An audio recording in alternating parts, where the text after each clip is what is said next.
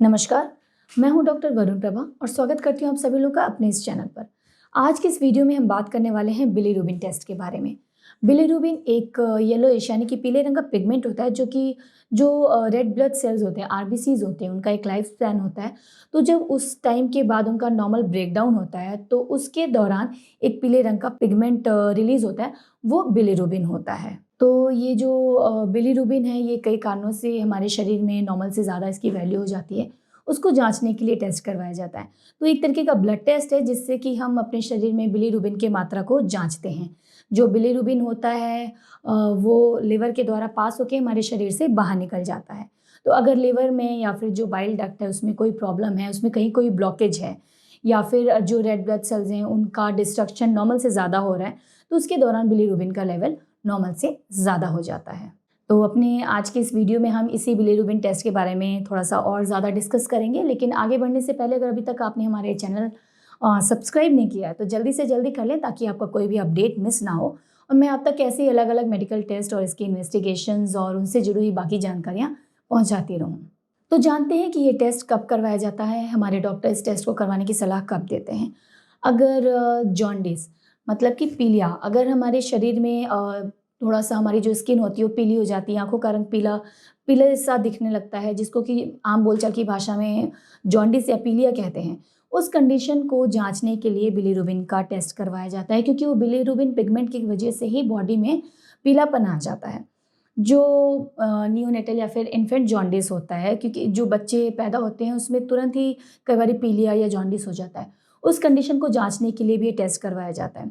साथ ही साथ अगर कहीं ये सस्पेक्ट किया जाता है कि बाइल डक्ट है, उसमें अगर ब्लॉकेज है या उसमें कोई प्रॉब्लम है, तब भी इस टेस्ट को करवाया जाता है। लिवर की कंडीशंस हैं, उसकी बीमारियां हैं, प्रॉब्लम्स हैं, स्पेशली हेपेटाइटिस, उसको जांचने के लिए टेस्ट करवाया जाता है, उसकी प्रोग्रेशन को देखने के लिए टेस्ट करवाया जाता है।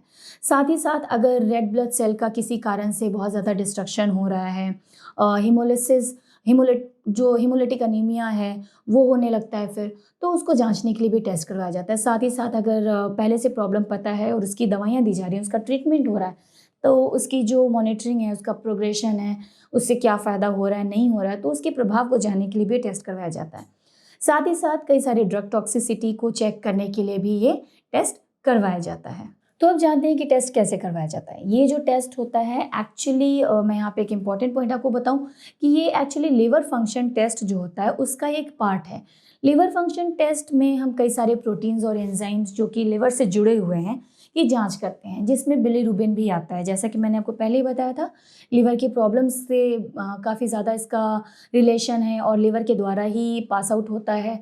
तो लिवर फंक्शन टेस्ट जो एक डिटेल्ड टेस्ट है जिसपे कई सारे पैरामीटर्स को जांचा जाता है, उसी के दौरान ही बिलीरुबिन को भी जांचा जाता है। तो ये टेस्ट एक सिंपल ब्लड टेस्ट है जिसके लिए हमारी जो एल्बो है इसकी वेन से ब्लड लिया जाता है, उसको लैब में भेजा जाता है और अलग-अलग टेक्निक्स के द्वारा इसकी जाँच की जाती है।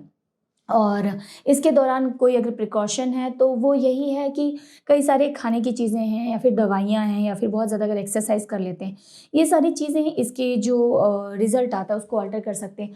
स्पेशली दवाइयों के बारे में कहूँगी कि अगर आप कोई भी दवाई या किसी भी तरीके का कोई भी सप्लीमेंट लेते हैं, तो ना सिर्फ इस टेस्ट के लिए बल्कि आप कोई भी टेस्ट करवा रहे हैं, किसी भी तरीके का कोई भी इन्वेस्टिगेशन करवा रहे हैं, तो अपनी सारी दवाइयों और सप्लीमेंट्स के बारे में अपने डॉक्टर को ज़रूर बताएँ। सेम यहाँ पे भी वही करना है, अपनी जो भी मेडिकेशंस या सप्लीमेंट्स अपने डॉक्टर को उसके बारे में ज़रूर बताएँ। साथ ही साथ ये जो टेस्ट है उसको करवाने के तुरंत पहले बहुत ज़्यादा स्ट्रेनस एक्सरसाइज करने से बचें। तो अब जानते हैं इसकी जो नॉर्मल वैल्यू है या फिर रेंज है वो क्या है, तो 0.3 टू 1.2 मिलीग्राम पर डीएल इसका रेंज होता है। इसके बीच में अगर वैल्यू आती है तो वो नॉर्मल है, लेकिन इससे ज़्यादा है तो वो बिलीरुबिन का लेवल बढ़ा हुआ है इसकी तरफ इंडिकेट करता है। अच्छा, ये जो रेंज है ये औरतों में, बच्चों में थोड़ा-सा डिफरेंट हो सकता है। उसके अलावा अलग-अलग लैब्स में इसमें थोड़ा-सा वेरिएशन आ सकता है इसके रिज़ल्ट में, तो वो एक नॉर्मल चीज़ है, उसके लिए परेशान होने की ज़रूरत बिल्कुल नहीं है। अच्छा, ये जो टेस्ट है ये टेस्ट हो या कोई भी अलग मेडिकल टेस्ट या इन्वेस्टिगेशन हो, ये सारे बहुत ही ज़्यादा इसके जो रिज़ल्ट्स होते हैं काफ़ी क्रिटिकल और क्रूशियल होते हैं किसी भी डायग्नोसिस में या ट्रीटमेंट प्लानिंग के लिए। तो जब भी आप टेस्ट करवाते हैं, मैं हमेशा सजेस्ट करती हूँ कि अच्छे रजिस्टर्ड और रिलायबल लैब से करवाना चाहिए। तो अगर आपको भी ऐसे किसी लैब के बारे में जानकारी चाहिए तो हमारी टीम ने आपके लिए डिस्क्रिप्शन बॉक्स में एक ऐसी लैब का लिंक दिया है जिसकी आप मदद ले सकते हैं।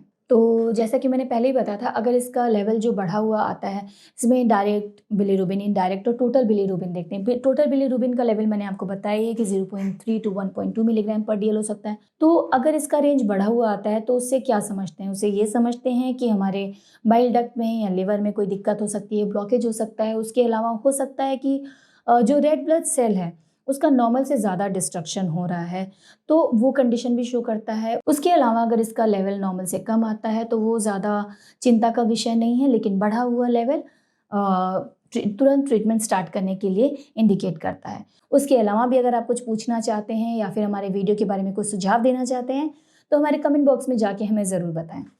धन्यवाद।